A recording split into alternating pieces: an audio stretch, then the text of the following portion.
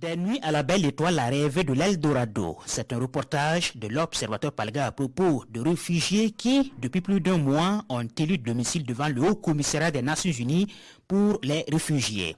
Des réfugiés de cette nationalité qui dorment à la belle étoile devant le HCR pour réclamer à quitter le Burkina Faso pour des raisons de conditions de vie difficiles. Ce que demandent ces grévistes, c'est d'être réinstallés dans un autre pays aux frais du HCR, évoquant l'obligation de cette institution de protéger les réfugiés. À la une du journal Le Pays, une réflexion sur l'administration publique burkinabé à l'occasion de la journée nationale de l'administrateur civil. Et pour le ministre de la fonction publique, notre administration est en train de montrer ses limites. Professeur Séné Kaboré parle d'une sissiparité dans tous les compartiments de l'administration qui s'est écartée du modèle français d'organisation emprunté depuis la colonisation, d'où la nécessité de réfléchir au devenir de l'administration publique burkinabé. Siroya s'attarde sur l'Assemblée générale des EPE en relevant un taux d'autofinancement en baisse au niveau de ces établissements.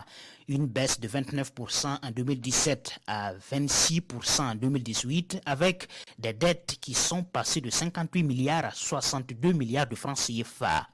Et puis, il y a les fonds nationaux qui ont réalisé une contre-performance avec des impayés qui sont passés de 4 milliards en 2017 à 18 milliards de francs CFA en 2018, soit une augmentation de 374%.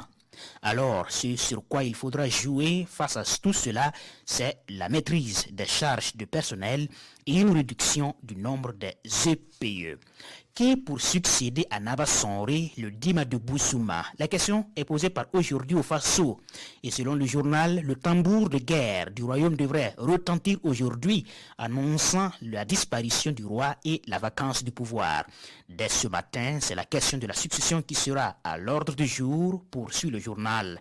Et il se dit que cette dévolution monarchique devrait se passer sans heurts. Sinon, le ministre de l'Urbanisme et de l'Habitat, Dieudonné Bonanné, est prêt à s'emparer du bonnet royal pour conduire une transition de 12 mois au cas où. Vous l'aurez compris, la parenté à plaisanterie est aussi passée